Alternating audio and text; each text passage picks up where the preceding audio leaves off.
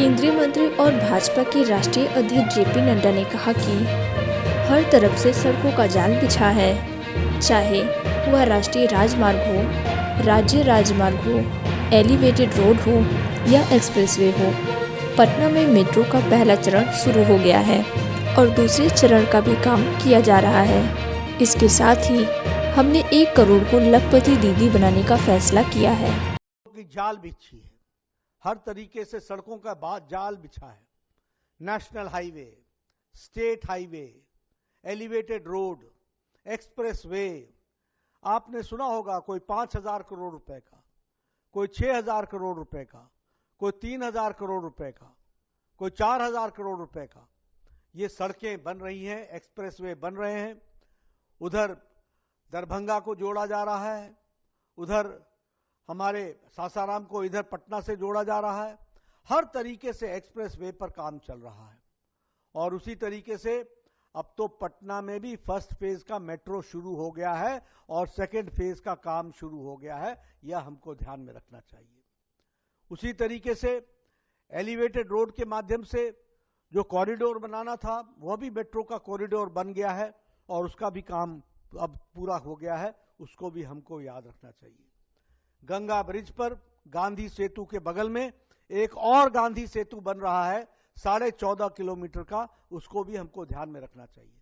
इसलिए विकास ने एक नई छलांग लगाई है। एयरपोर्ट की दृष्टि से अगर हम बात करें तो आपके ध्यान में आएगा कि आज पटना का एयरपोर्ट चालू हो गया है। दरभंगा का एयरपोर्ट उसमें 16 फ्लाइट्स उतर रही हैं और आपको ध्यान में होगा कि बिहटा का एयरपोर्ट के लिए भी 14,000 करोड़ रुपए की लागत से बन करके वो तैयार हुआ है।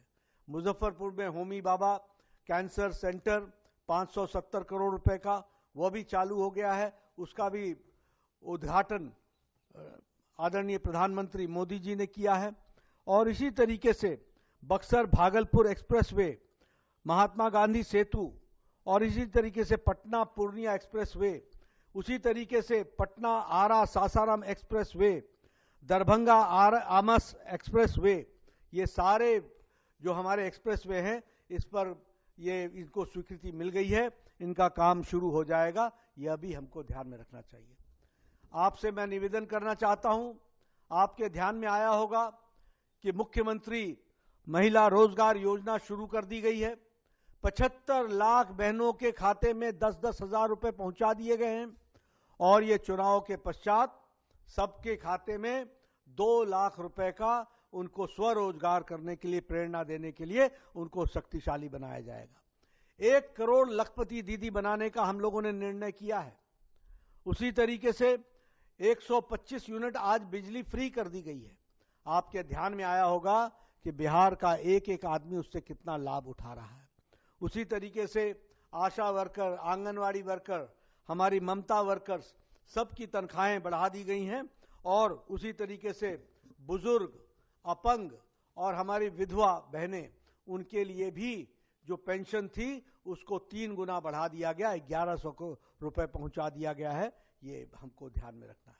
युवाओं के लिए युवा कमीशन बना है और साथ ही 1 करोड़ लोगों को रोजगार देने की बात हमारे मैनिफेस्टो में कही गई है। हम उसको पूरा करेंगे, ये हम आपको बताना चाहते हैं।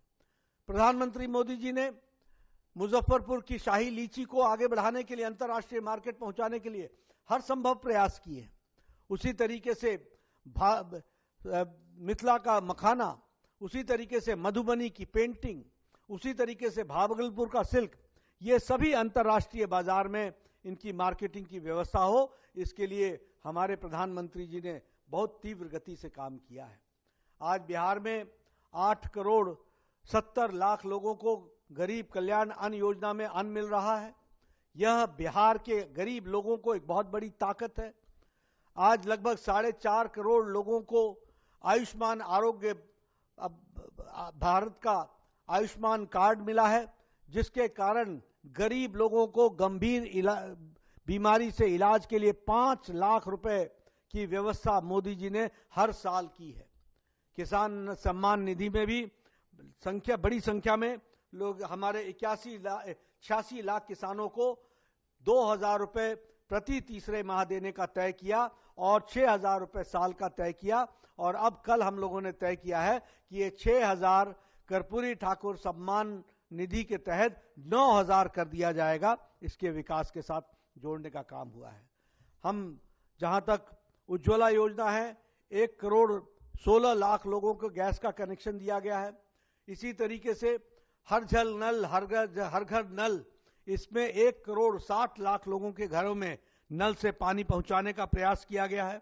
और मुझे खुशी है कि जब मैं यहां आया हूं तो गोरिया गोठी के हमारे बीजेपी के प्रत्याशी दिवेश कांत सिंह जी, जो वर्तमान में एमएलए हैं और जिन्होंने बहुत अच्छे काम 72 के आसपास इन्होंने सड़कों का जाल बिछाने का काम किया है। और सड़कें बसंतपुर में, गोरिया कोठी में, लकड़ी नाभीगंज में, इन सब ब्लॉक्स में इन्होंने इस काम को पूरा किया है। और इसी तरीके से इसको पूरी तरीके से लगभग 72 सड़कों का काम मतलब हमारे दिवेश कांत जी ने पूरा किया है। इस बात को हमको ध्यान में रखना चाहिए और इस तरीके से एक विकास की एक नई गंगा बहाई है। मित्रों, मैं यहां आपको एक बात और बताना चाहता हूं।